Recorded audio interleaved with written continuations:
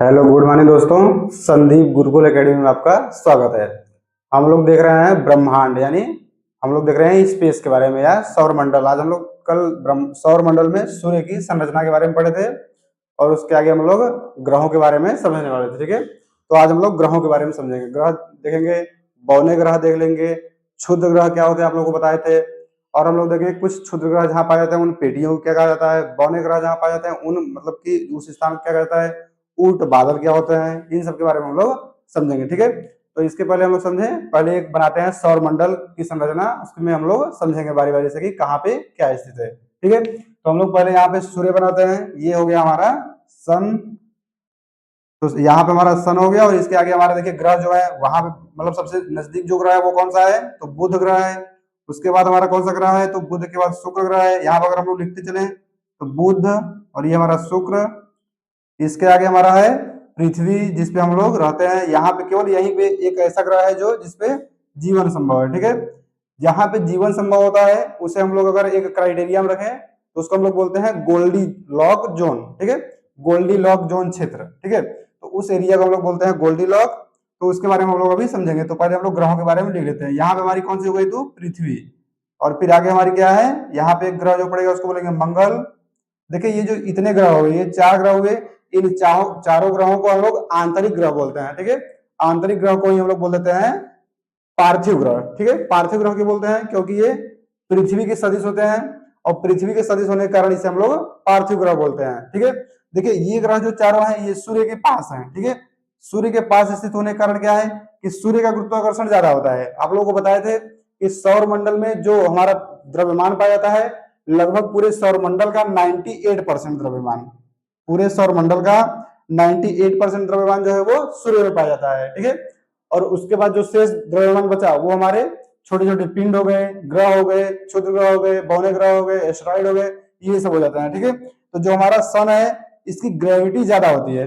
ठीक है, ग्रेविटी क्यों ज्यादा होती है, क्योंकि द्रव्यमान इसका ज्यादा है। तो द्रव्यमान ज्यादा होने के कारण इसका ग्रेविटी ज्यादा हो गया, तो इन ग्रहों की ग्रेविटी इसकी अपेक्षा बहुत कम होती है। ठीक है, तो यहाँ पे जो इसके मतलब इसके वायुमंडल में चारों ओर जो गैस के कण, गैस और धूल के कण पाए जाते थे, क्या हुआ कि सूर्य इसको अपनी ओर, और यहाँ पे सूर्य के पास होने के कारण यहाँ पे मतलब इनका तापमान भी ज्यादा होता है, मतलब यहाँ पे गर्मी भी ज्यादा पड़ती है, और तापमान ज्यादा होने के कारण क्या होता है कि गैसें गर्म हो जाती है, गर्म होकर फैल जाती है। ठीक है, तो गैसें गर्म होकर फैल जाती हैं, तो ये यहाँ से गैसों, यहाँ पे गैसों का वातावरण लगभग सीमित मात्रा में पाया जाता है, यानी कम मात्रा में पाया जाता है। इधर हम लोग भी बताएंगे जो बाहर के ग्रह है, बाह्य ग्रह यानी जोवियन ग्रह, इसमें गैसों की मात्रा ज्यादा होती है, इसलिए उन्हें गैसीय ग्रह कहा जाता है। और इनका देखिए, इनका द्रव्यमान तो कम होता है, ये जो आंतरिक ग्रह हमारे हैं इनका द्रव्यमान कम होता है लेकिन इनका घनत्व ज्यादा होता है। ठीक है, और जो हमारे ये बाहर के ग्रह है, बाह्य ग्रह यानी जोवियन ग्रह, इनका द्रव्यमान ज्यादा होता है। क्यों, क्योंकि ये बड़े होते हैं और इनका द्रव्यमान ज्यादा होने के कारण इनका घनत्व जो होता है वो कम होता है। घनत्व क्यों कम होता है, क्योंकि ये गैसीय होते हैं। ठीक है, उसके बारे में हम लोग अभी समझते हैं। तो ये हमारे हो गए 4 अंदर ग्रह जिसे हम लोग आंतरिक ग्रह कहेंगे या इसे हम लोग कह सकते हैं और पार्थिव ग्रह। ठीक है, अब देखिए हमारा यहाँ पे आता है बृहस्पति, उसके बाद हमारा आएगा शनि, यहाँ पे हमारा आता है शनि, फिर हमारा आएगा अरुण, यहाँ पे हमारा हो गया अरुण, और फिर हमारे हो गए वरुण। ठीक है, यहाँ पे हमारा हो गया वरुण ग्रह। ठीक है, तो ये हमारे हो गए 8 ग्रह। ठीक है, अगर हम लोग इन लोगों को देखें तो हमारा एक ये मतलब कि एक संगठन बनाया गया है जिसे हम लोग बोलते हैं अंतरराष्ट्रीय खगोलकीय संघ। ठीक है, यहाँ पे अगर हम लोग लिखें तो अंतरराष्ट्रीय अंतरराष्ट्रीय खगोलकीय संघ। ठीक है, ये जो हमारी अंतरराष्ट्रीय खगोलकीय संघ है यही निर्धारित करती है कि ग्रहों की संख्या कितनी होगी, कम होगी कि ज्यादा होगी, किसे ग्रहों की श्रेणी में रखा जाएगा, किसे नहीं रखा जाएगा। ठीक है, तो देखिए अगर हम लोग इसके बारे में समझे थोड़ा सा, तो हमारे जो ग्रह हैं वो अभी कितने हैं, तो 8 हैं, लेकिन 2006 से पहले हमारे पास ग्रहों की संख्या 9 हुआ करती थी। 9वां ग्रह कौन सा था, तो एक हमारा यहाँ लास्ट में ग्रह पाया जाता था प्लूटो। ठीक है, जिसे हम लोग प्लूटो बोलते हैं, ये हमारा पहले ग्रह हुआ करता था। ठीक है, लेकिन ये ग्रह हुआ करता था। अगर हम लोग समझे ग्रह किसे कहते हैं, मतलब ग्रह होते क्या है, तो इसको हम लोग समझने से पहले बताते हैं कि जो हमारा ये प्लूटो था, प्लूटो को 2006 में, प्लूटो को 2006 में ग्रहों की श्रेणी से बाहर कर दिया गया और इसे बौने ग्रह की श्रेणी में रखा गया। ठीक है, तो ये हमारा हो जाता है प्लूटो जो हमारा है वो बौना ग्रह बन जाता है। ठीक है, इसे अंतरराष्ट्रीय खगोलीय संघ द्वारा 2006 में बौने ग्रह की श्रेणी में रखा गया था। ठीक है, तो ये हमारा हो गया बौना ग्रह। अगर हम लोग समझिए अब ग्रह क्या होती है, तो ग्रह के बारे में अगर देखें तो ये अंतरराष्ट्रीय खगोलीय संघ जो है इसके द्वारा ग्रह की परिभाषा दी गई है कि ग्रह उसे कहेंगे जो मतलब जो ऐसा पिंड जो जिसका आकार इतना बड़ा हो कि लगभग वो गोल प्रतीत होता हो और वह पिंड सूर्य की परिक्रमा करता हो। सूर्य की परिक्रमा के साथ साथ वह पिंड किसी अन्य ग्रह के कक्षा को न काटे, यानी अन्य ग्रह की परिक्रमा कक्षा को न प्रभावित करे, तो उसे हम लोग क्या बोलेंगे, ग्रह बोलेंगे। ठीक है, तो ये देखिए जो हमारे ये 8 ग्रह हैं, ये 8 ग्रह एक दूसरे मतलब ये देखिए इनका द्रव्यमान इतना ज्यादा है कि लगभग ये गोल प्रतीत होते हैं और ये सूर्य की परिक्रमा करते हैं। देखिए यहाँ पे इनकी कक्षा है ना, ये सूर्य के चारों साइड से ऐसे सभी ग्रह अपनी कक्षा में परिक्रमा करते हैं और ये एक दूसरे की कक्षा को नहीं काटते हैं। लेकिन ये हमारा प्लूटो ग्रह जो है, जो हमारा प्लूटो ग्रह है, प्लूटो ग्रह को पहले ग्रह माना जाता था। क्यों? क्योंकि इसका आकार भी इतना बड़ा है वरुण के जितना और ये सूर्य की परिक्रमा भी करता है। लेकिन ये प्लूटो ग्रह जो हमारा है ये वरुण की कक्षा को कभी कभी काट देता था, तो इसलिए इसको प्लूटो ग्रह को हमारी मतलब ग्रहों की श्रेणी से निकालकर इसे बौने ग्रह की श्रेणी में रख दिया गया। ठीक है, तो ये हमारे हो गए प्लूटो ग्रह। अब देखिए जो बाहर हमारी ये मतलब वरुण ग्रह की कक्षा के बाहर जो हमारी ये छोटे छोटे पिंड पाए जाते हैं इसे हम लोग कुछ बौने ग्रह कह देते हैं और कुछ जो ज्यादा छोटे आकार के होते हैं उसे हम लोग एस्टेरॉइड या यहाँ पे कुछ मतलब एस्टेरॉइड या वहीं धूमकेतु बोल देते हैं उसको। ठीक है, यहाँ पे कुछ धूमकेतु पाए जाएंगे, कुछ एस्टेरॉइड पाए जाएंगे यानी क्षुद्र ग्रह पाए जाएंगे, कुछ बौने ग्रह पाए जाएंगे। ठीक है, तो देखिए ये जो एरिया हमारा है, ये क्षेत्र जो वरुण ग्रह के बाद वाला क्षेत्र है, इसे हम लोग बोलते हैं क्यूपर बेल्ट। ठीक है, इसे हम लोग अगर नाम दें तो इसका नाम है क्यूपर बेल्ट। क्यूपर बेल्ट यानी क्यूपर पेटी। और यहाँ पे देखिए जो छोटे छोटे क्षुद्र ग्रह पाए जाएंगे या जो मतलब कि एस्टेरॉइड पाए जाएंगे, धूमकेतु पाए जाएंगे, इनकी जो ढेर इनका जब मतलब बादल की जैसी एक संरचना बन जाती है, तो इस बादल जैसी संरचना को हम लोग बोल देते हैं उर्ट बादल। ठीक है, इसको हम लोग बोल देते हैं उर्ट बादल। ठीक है, देखिए ये पूरी पेटी को हम लोग क्या बोलेंगे, तो इस पूरी पेटी को बोल देंगे क्यूपर बेल्ट। Kuiper belt. और इसमें जो बादल के आकार की संरचना इसमें पाई जाएगी, जहां पे छोटे छोटे एस्टेरॉइड रहेंगे, धूमकेतु रहेंगे। ठीक है, तो इन सबको ये जो बादलों की आकार का होगा इसे हम लोग बोलेंगे उल्ट बादल। ठीक है, तो ये हमारे हो जाते हैं उल्ट बादल। और देखिए अब आप लोग बताए थे पहले कि यहाँ पे जो हमारा मंगल ग्रह है और जो हमारी बृहस्पति ग्रह है, इन दोनों ग्रहों के बीच में कुछ हमारे एस्टेरॉइड पाए जाते हैं। ठीक है, यहाँ पे कुछ छोटे छोटे एस्टेरॉइड के टुकड़े मतलब कि यहाँ पे पिंड पाए जाते हैं। ठीक है, तो इन एस्टेरॉइड बेल्ट को ये जो हमारा हो गया इसको हम लोग बोलते हैं क्षुद्र ग्रह पेटी यानी एस्टेरॉइड बेल्ट। ठीक है, तो इसको हम लोग लिख देते हैं यहाँ पे क्षुद्र ग्रह पेटी। ठीक है, ये हमारा हो गया क्षुद्र ग्रह पेटी। यहाँ पे जो पाया गया उसे क्षुद्र ग्रह पेटी कहते हैं। देखिए इसके अलावा जो यहाँ पे क्षुद्र ग्रह पाया जा रहा है, इसके अलावा हमारा जो बृहस्पति ग्रह की कक्षा है, बृहस्पति ग्रह की कक्षे में भी छोटे छोटे पिंड पाए जाते हैं यहाँ पे। ठीक है, तो इन देखिए छोटे छोटे जो पिंड है इस बृहस्पति कक्षा की जो बेल्ट में मतलब पाया जाता है, इसे हम लोग बोल देते हैं ट्रोजन। ठीक है, इसे हम लोग बोल देंगे ट्रोजन। ट्रोजन क्षुद्र ग्रह। ठीक है, इसे हम लोग लिख देते हैं यहाँ पे ट्रोजन क्षुद्र ग्रह।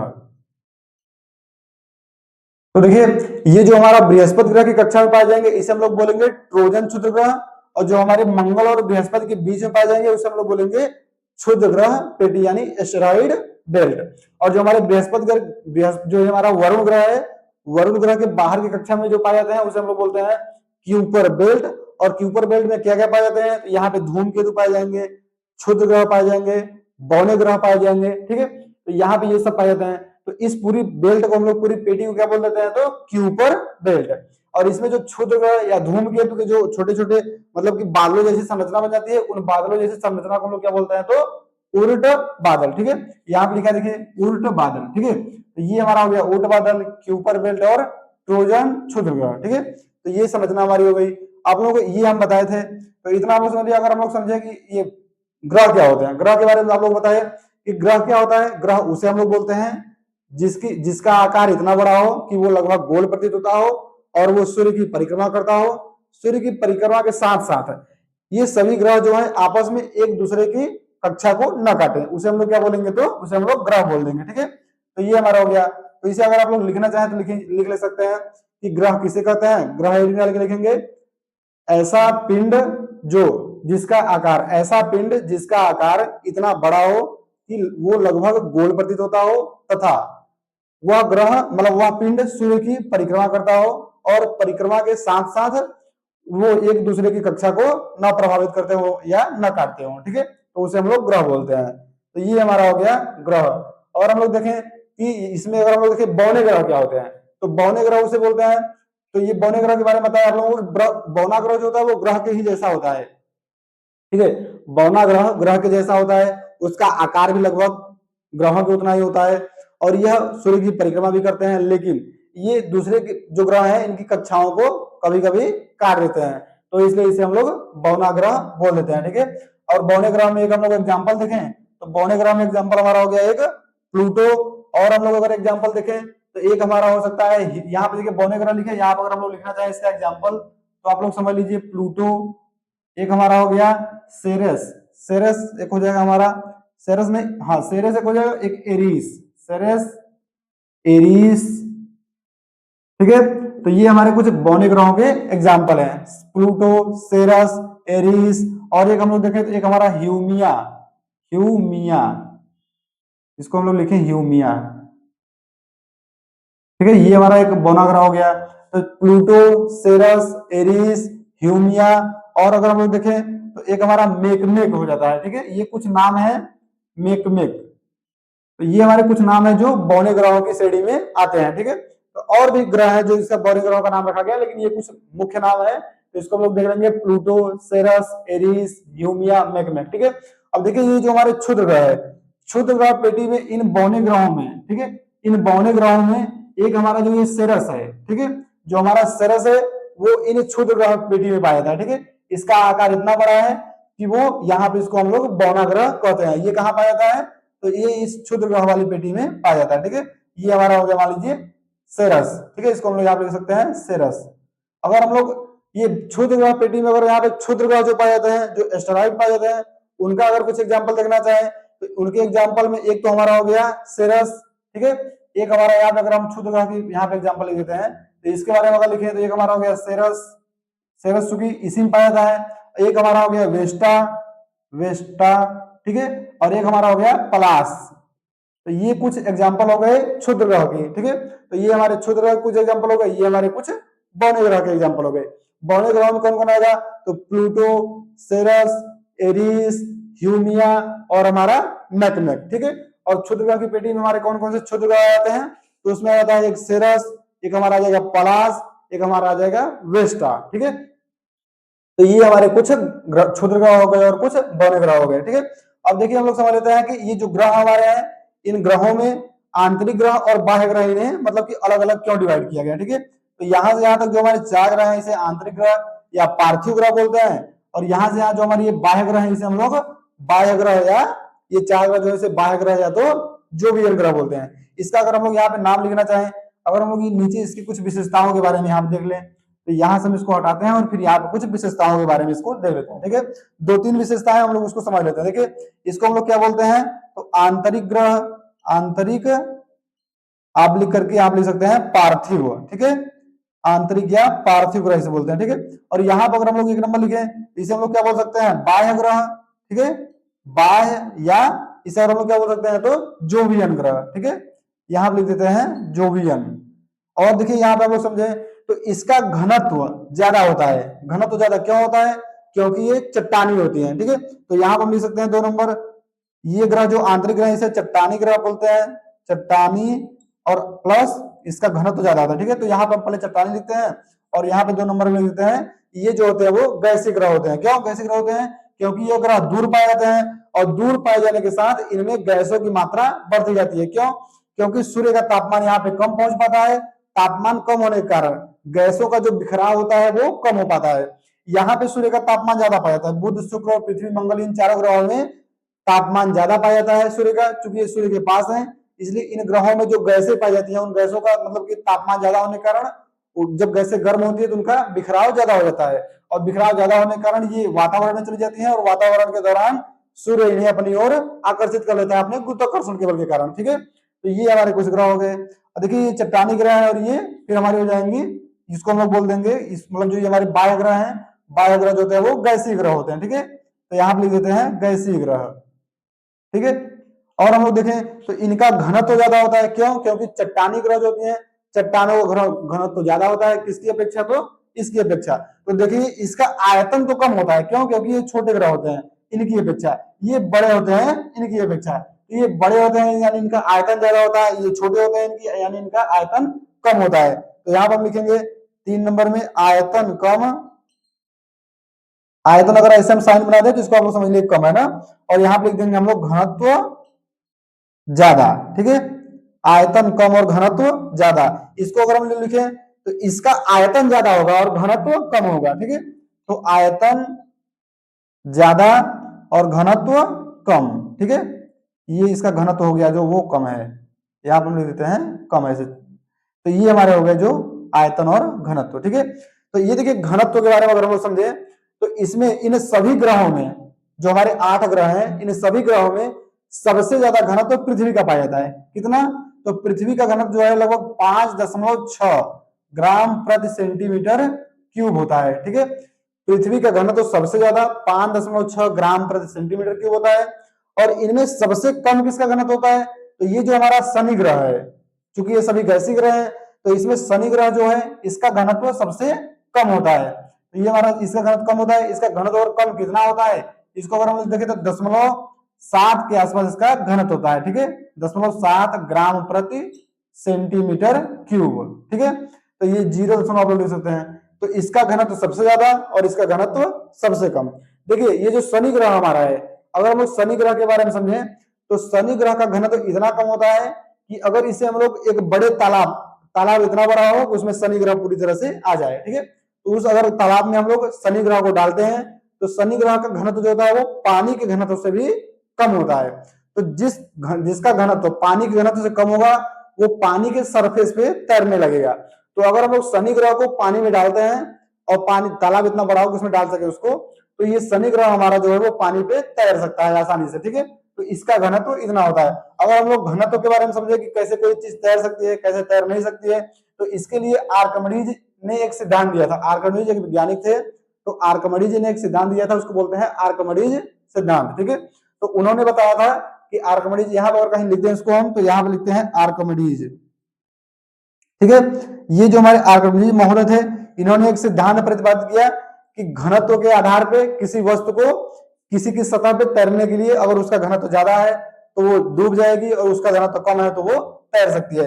अगर इसको हम लोग समझे तो मान लीजिए ये हमारा पानी से भरा हुआ एक टब है। ठीक है, यहाँ पर अगर इसमें पानी भरी हुई है, अगर इसमें हम लोग कोई ऐसी वस्तु डालते हैं जिसका घनत्व पानी के घनत्व से ज्यादा है तो वो क्या होगा कि वो इसके अंदर डूब जाएगी। अगर उसका घनत्व पानी के घनत्व से कम होगा तो वो इस पे तैरेगी। जैसे अगर हम लोग समझे कि इसमें अगर हम लोग एक लोहे की कील डाल, लोहे का कोई टुकड़ा डालते हैं, ठीक है, लोहे का टुकड़ा अगर डालेंगे तो वो लोहा का टुकड़ा इसमें डूब जाएगा। क्यों डूब जाएगा? क्योंकि लोहे के टुकड़े का घनत्व जो होता है वो पानी के घनत्व से कम होता है। ठीक है, तो वो इसमें डूब जाएगा। और अगर हम लोग देखें कि ऐसी कोई वस्तु होता है जैसे सूखी लकड़ी ले लें, हम लोग जो लकड़ी होता है लकड़ी का टुकड़ा, अगर सूखी लकड़ी ले लें तो लकड़ी जब सूख जाती है तो उसका घनत्व जो होता है वो पानी के घनत्व से कम हो जाता है। अगर हम सूखी लकड़ी को इसमें डालें तो वो लकड़ी क्या होगी, इसमें तैरने लगेगी। ठीक है, तो जिसका घनत्व कम होगा वो तैरेगी, जिसका घनत्व ज्यादा होगा वो डूब जाएगी। ठीक है, तो ये सिद्धांत किसने दिया था? तो ये आर्किमिडीज एक वैज्ञानिक थे, उन्होंने दिया था। ठीक है, तो उसी आधार पे शनि ग्रह जो हमारा है, शनि ग्रह का घनत्व इतना कम है कि वो पानी में डूब जाएगा। ठीक है, तो ये हमारे हो गए कुछ ग्रह के बारे में। और यहाँ पर लोग देख रहे थे जो हमारे आंतरिक ग्रह है, पार्थिव ग्रह, बाह्य ग्रह या जोवियन ग्रह। आंतरिक ग्रह जो चट्टानी ग्रह है और बाह्य ग्रह जो हमारी है वो गैसीय ग्रह है। और आंतरिक ग्रह का आयतन कम होता है, घनत्व ज्यादा होता है, और बाह्य ग्रहों का आयतन ज्यादा होता है और घनत्व कम होता है। ठीक है, अब देखेंगे और हम लोग और तो इनके उपग्रह जो होते हैं, उपग्रह के बारे में आप लोग समझेंगे अभी।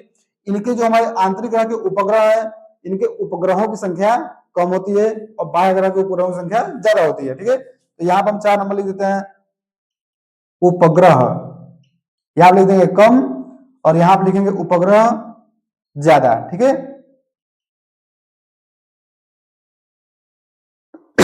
सॉरी, तो ये हमारे हो गए उपग्रह, इनका उपग्रह कम, इनका उपग्रह ज्यादा। और अगर हम लोग देखें तो इसमें कुछ छल्ले पाए जाते हैं। ये जो हमारे ग्रह हैं, इन ग्रह के चारों साइड एक रिंग जैसी संरचना बनती है। ठीक है, तो इन ग्रहों में क्यों इस छल्ला बनती है? क्योंकि इसमें गैसीय अवस्था ज्यादा होती है। तो गैसों से जब ये मतलब घूर्णन करते हैं तो घूर्णन के दौरान इनमें एक गैसीय रिंग जैसी संरचना बन जाती है। ठीक है, तो इसमें यहाँ पे जो होती है संरचना वो कम होती है, तो यहाँ पर हम लिख देंगे कि जो हमारा छल्ले होते हैं या रिंग होती है, यहाँ पे छल्ले लिखते हैं ना, छल्ले यहाँ पे नहीं बनते यानी कम होते हैं, और यहाँ पे छल्ले जो होते हैं वो ज्यादा होते हैं। ठीक है, तो यहाँ पे छल्ले कम होते हैं, यहाँ पे छल्ले ज्यादा होते हैं। ठीक है, तो ये हमारे हो गए कुछ आंतरिक ग्रह और कुछ पार्थिव ग्रह की विशेषताओं के बारे में। ठीक है, सॉरी, अगर हम लोग और कुछ इसमें समझना चाहें तो और कुछ देखना चाहें तो देखिए इनका जो सूर्य के चक्कर लगाने की जो समय अवधि होती है, ठीक है, जो आंतरिक ग्रह होते हैं, आंतरिक ग्रहों की सूर्य का एक चक्कर लगाने में जो समय अवधि होती है वो कम होती है, और जो बाह्य ग्रह होते हैं उनकी समय अवधि अधिक होती है। साथ ही साथ इनका परिक्रमण जो गति होती है, इनकी परिक्रमण गति यानी जो चलने की गति होती है वो इनकी ज्यादा होती है और इनकी कम होती है। यानी आंतरिक ग्रह की परिक्रमण गति जो होती है वो हमारी ज्यादा होती है और बाह्य ग्रह की परिक्रमण गति ज्यादा होती है। अगर हम लोग और लिखना चाहें यहाँ पे तो इसको लिख सकते हैं आप लोग कि आंतरिक ग्रह की परिक्रमण गति ज्यादा होती है और बाह्य ग्रहों की परिक्रमण गति ज्यादा होती है। ठीक है, तो इनकी गति ज्यादा और इनकी गति ज्यादा और इनकी गति कम। ठीक है, इनकी ज्यादा यानी आंतरिक ग्रह की ज्यादा और बाह्य ग्रह की कम।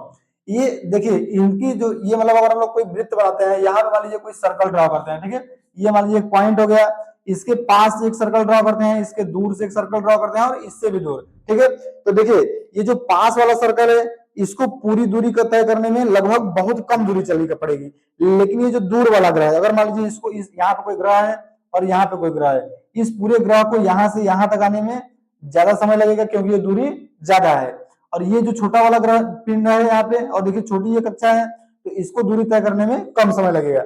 इसलिए पास के जो ग्रह होते हैं, ये हमारा बुध ग्रह हो गया या शुक्र हो गया या पृथ्वी या मंगल, इनको ये परिक्रमा करने में कम दूरी चलनी पड़ती है, और ये जो हमारे बाह्य ग्रह होते हैं इनको परिक्रमा करने के लिए ज्यादा दूरी चलनी पड़ती है। ठीक है, तो ये हमारे आंतरिक ग्रह और बाह्य ग्रह हो गए। तो हम लोग आज इतना समझते हैं, फिर हम लोग आगे समझेंगे बाद में। ठीक है, तो हम लोग आज के लिए इतना रखते हैं, फिर आगे जो मतलब होगा उसके बारे में बाद में समझ लेंगे। तो आज के लिए इतना ही, फिर मिलेंगे नेक्स्ट वीडियो में। आप लोगों को वीडियो समझ में आ रहा हो तो लाइक और कमेंट करिए। ठीक है, तो कमेंट में आप लोग बता सकते हैं कि ब्रह्मांड खत्म होने के बाद हम लोग किस नए चैप्टर को चालू कर सकते हैं। ठीक है, तो आज के लिए इतना रखते हैं, फिर मिलते हैं नेक्स्ट वीडियो में। धन्यवाद।